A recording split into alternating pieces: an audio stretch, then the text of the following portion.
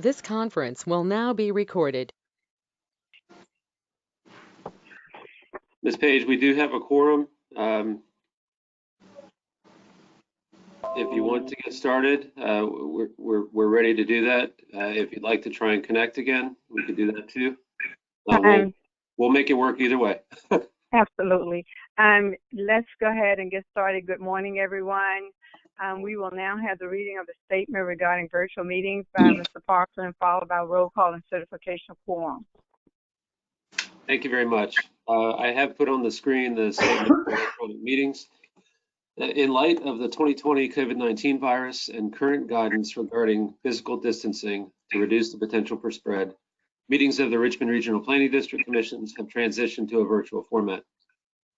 Regional public bodies were granted authority to conduct meetings electronically pursuant to the provisions of Virginia Code 2.2-3708.2 and related legislation approved by the General Assembly of Virginia during the period of the Governor's State of Emergency Declaration of COVID-19.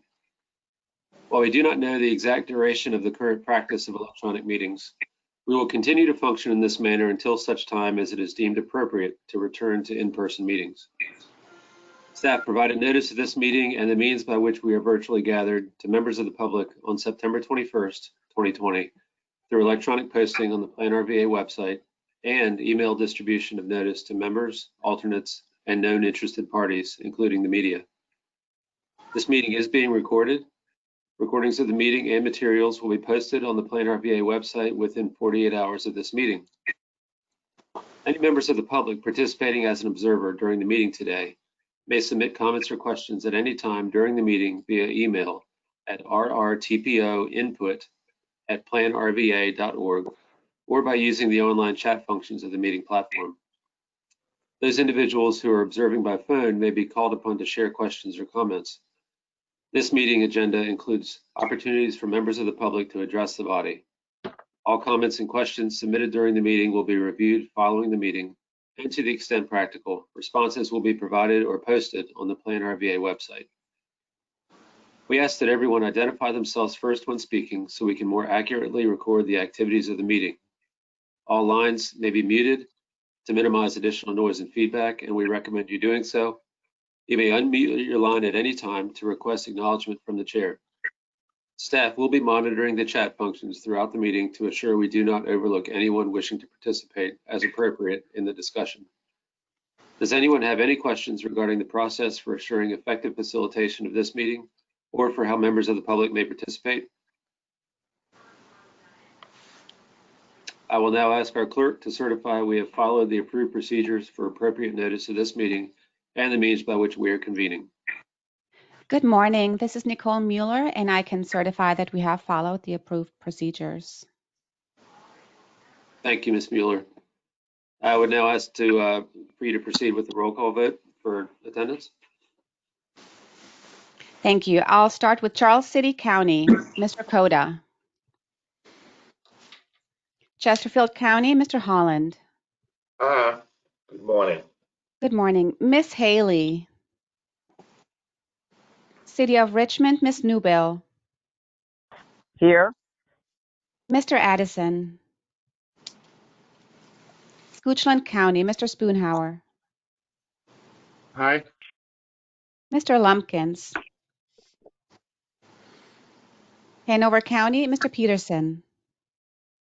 Aye. Mr. Davis. Here. Henrico County, Miss O'Bannon. Here. Mr. Thornton. New Kent County, Miss Page.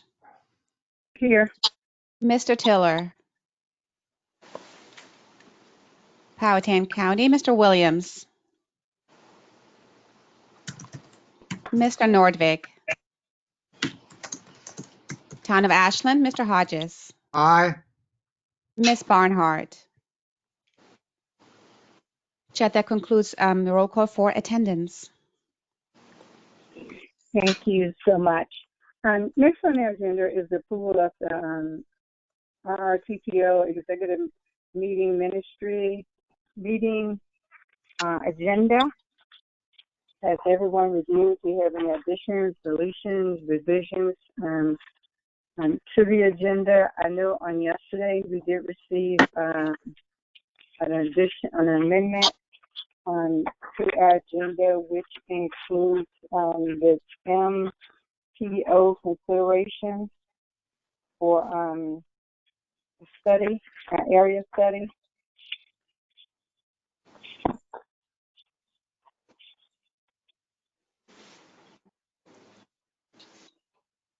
If everyone is okay with the agenda, if we could have a motion, the floor will entertain one. So moved, Madam Chair, Commissioner Holland. Thank you, sir. A second? Nova Peterson, second. Thank you. All in favor, say it's been moved and properly second. All in favor, say aye. Aye. Aye. Madam Chair, You have to do I'm the roll sorry. call.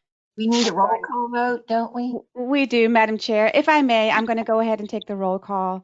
The committee will now be voting on item number 1, approval of today's meeting agenda. Chesterfield County, Mr. Holland. Aye. City of Richmond, Ms. Newbill. Aye. Goochland County, Mr. Spoonhour. Aye. Hanover County, Mr. Peterson. Aye. Henrico County, Ms. O'Bannon. Aye. New Kent County, Ms. Page. Aye.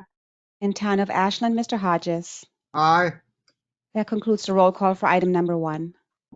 Thank you. Item number 2, approval of September 3rd TPO executive committee minutes.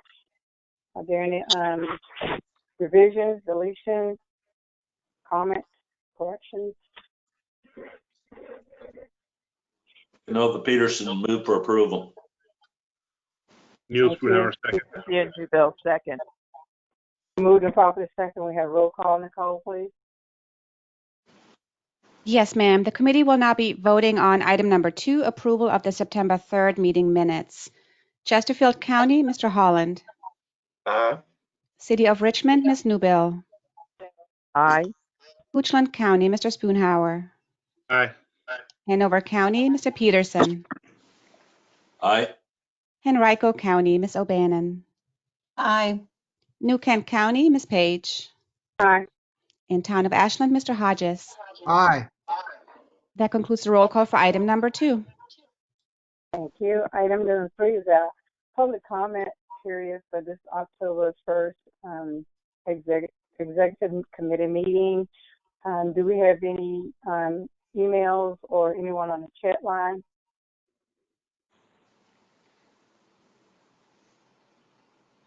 Madam Chair, we do not have any public comment recorded at this time. Okay, since we have no public comment recorded, we will close the public comment period. Item 4, which is the chairman's report, I will be giving that during our full board. We will move on to number 5, which is our secretary's report. Mr. Parsons. Yes, ma'am. Thank you. As you noted, we do have.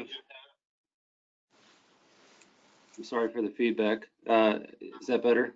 As you noted, Madam Chair, we do have additional information that was sent out yesterday evening, and I apologize for the late notice. It's been coming together for the last few weeks, but I'll address that in just a second. I wanted to hit the items A, B, and C under item 5 quickly for your information, and this will be on the full agenda as well for the 9:30 meeting. We have some slides that I will share at that time from our colleagues at the National Association of MPOs. They were kind enough to join us at our last Community Transportation Advisory Committee meeting and share a federal legislative update on what's happening at the congressional level, as well as other actions regarding transportation reauthorization and some of the pending actions that Congress is considering in this month. So that's an update for everyone. And we actually did record the CTAC meeting like our normal practice is now.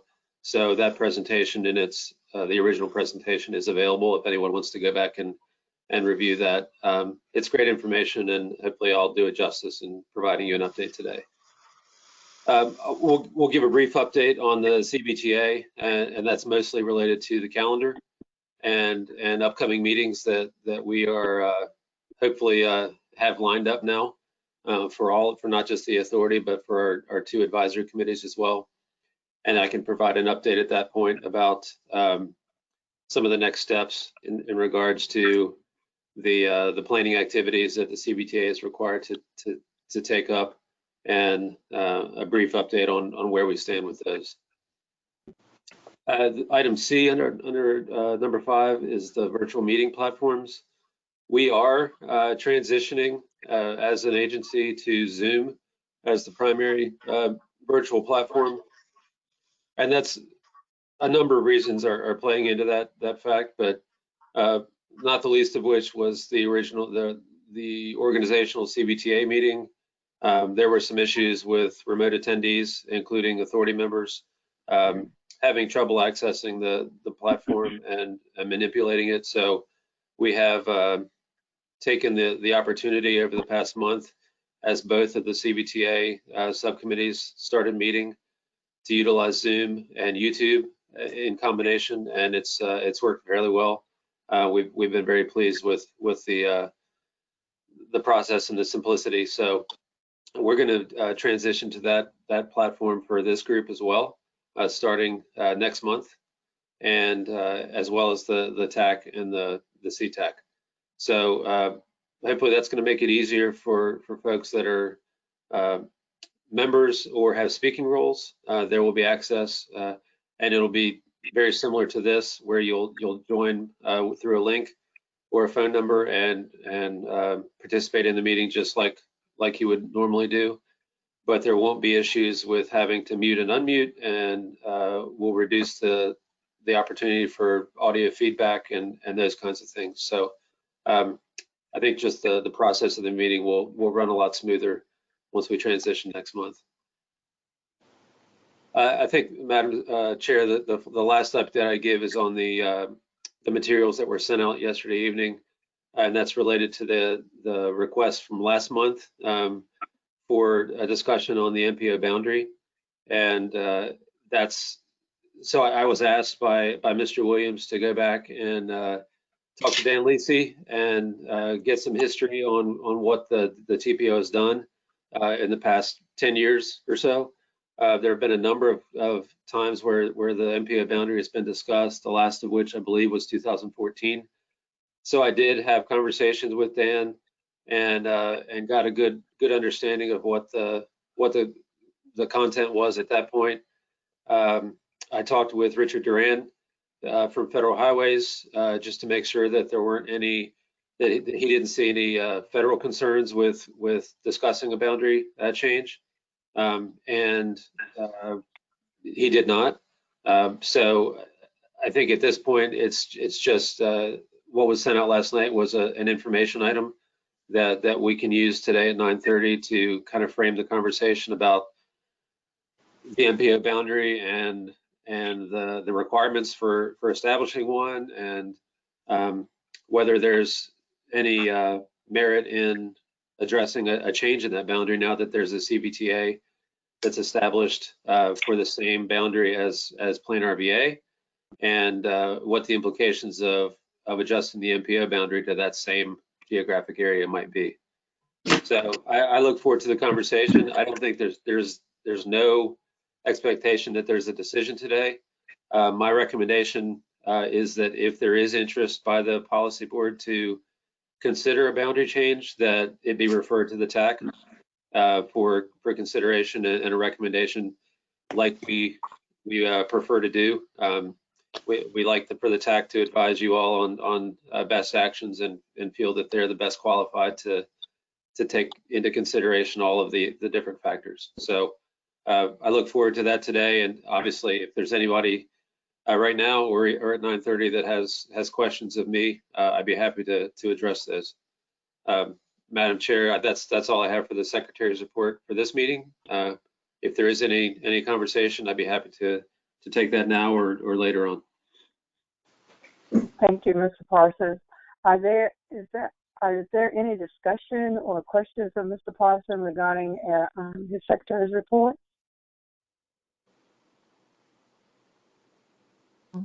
I have just one.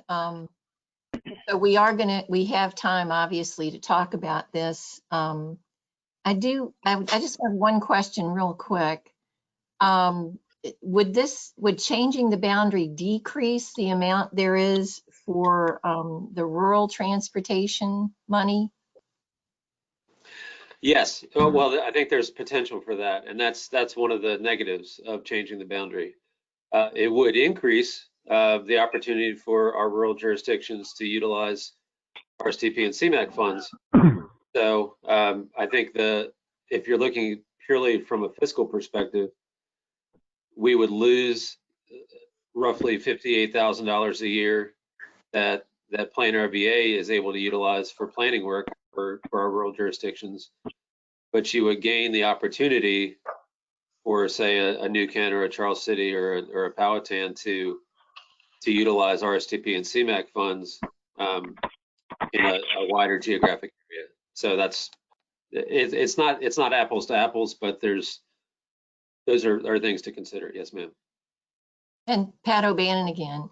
And I hope I'm sure that the TAC will get into this, but the amount of money that goes from these projects into the funds used to, the employee paying funds, the portion that pays employees. I think that was what you indicated a little bit just now, that's where the balance comes. Would we, in other words, by changing this, would it impact the amount of money that each county pays to, for the administration of these two organizations? That's a great question, and I don't have that answer right now. I would expect $58,000 a year provides more than anything. It provides staff time to devote to rural transportation planning. But I would expect a portion of that. There's a percentage of that would be for administrative costs, like you're asking. I don't know what that percentage would be, but we could certainly back that out.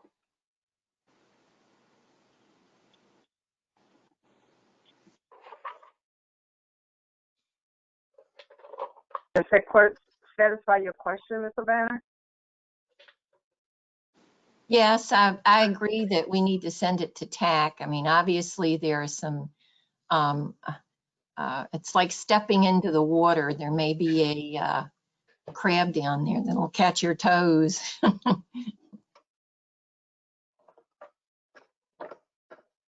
All right. Do we have any other questions or discussion before we move on?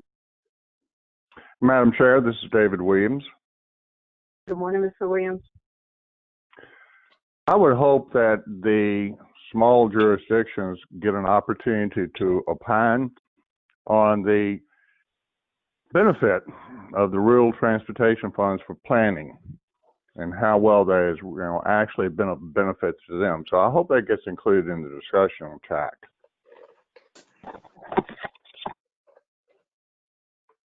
Yes, Mr. Williams. I'm in agreement with that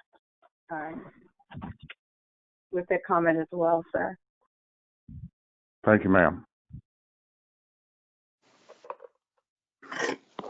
If there are no other comments, other business, we will now open up a public comment period. Have we had any comments to come in since we've been in this meeting? No, ma'am. We haven't had no other comments come in.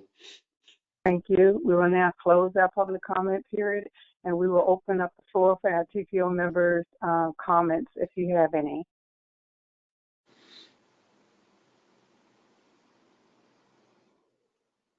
Hearing none, our next meeting will be on November 5th, 2020. And as Mr. Parsons has related, we will be meeting via Zoom for that meeting. And at this time, if there's no other discussion, we will have a motion to adjourn. So moved, Madam Chair. Seconded, John Hodges. Thank you. And we will see everyone back at 9:30. Thank you. Well, we have to vote on it, don't we? Yes. Thank you, Madam Chair. Although, Madam Chairman, you can say, is there any more business to come before this committee? And if no one says anything, you can just say, we are adjourned. Then we don't have to take a roll call. That's correct. Do we have any other business to come before this committee at this time? Not, we stand to adjourn. Thank you. Thank you. Thank you.